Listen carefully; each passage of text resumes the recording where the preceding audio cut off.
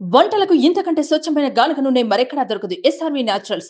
Orders కై screen పై number కి call చేయండి. ఏప్రిల్ మొత్తం ఒకటే ఎండలు, రికార్డు స్థాయి ఉష్ణోగ్రతలు రికార్డై జనాలను ఉక్కిరిబిక్కిరి చేశాయి. మే నెల పరిస్థితి ఏంటో అని ఊహించుకుని జనాలు భయపడ్డారు. భారీగా ఎండలు దంచి కొడతాయని అనుకున్నారు. కానీ బాణుడు శాంతించి వరుణుడు విజృంభిస్తూ ఉండడంతో ప్రజలు ఆనందం వ్యక్తం చేస్తున్నారు. తెలుగు రాష్ట్రాల్లో వర్షాలు దంచి కొడుతున్నాయి. అన్ని ప్రాంతాల్లోనూ మే నెల మొదటి వారం నుంచి వానలు పడుతున్నాయి.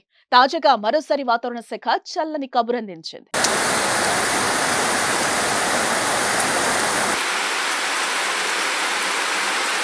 తెలంగాణ, ఆంధ్రప్రదేశ్లోని పలు జిల్లాల్లో మే 23 వరకు భారీ వర్షాలు కురిసే అవకాశం ఉన్నట్టుగా తెలిపింది.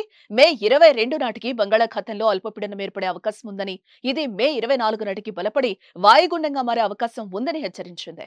వాయుగుండంగా మారితే భారీ నుంచి అతి భారీ వర్షాలు కురిసే అవకాశం ఉన్నట్లుగా అంచనా వేసింది. అలాగే ఉష్ణోగ్రతలు కూడా తగ్గనున్నట్లుగా తెలిపింది. ప్రస్తుతం ఏపీ మీదుగా శ్రీలంక వరకు ఉపరితల ఆవర్తన ద్రోణి కొనసాగుతోంది.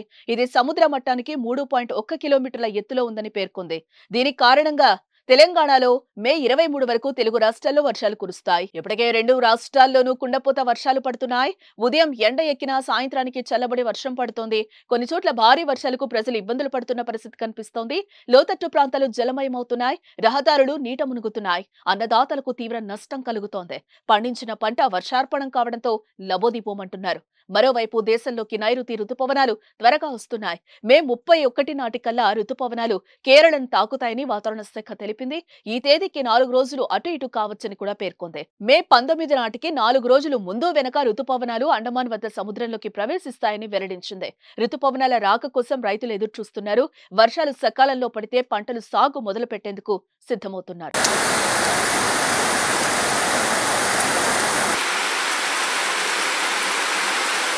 సుమన్ టీవీలో మీ పర్సనల్ అండ్ బిజినెస్ ప్రమోషన్స్ కోసం కింది నెంబర్కి కాంటాక్ట్ చేయండి.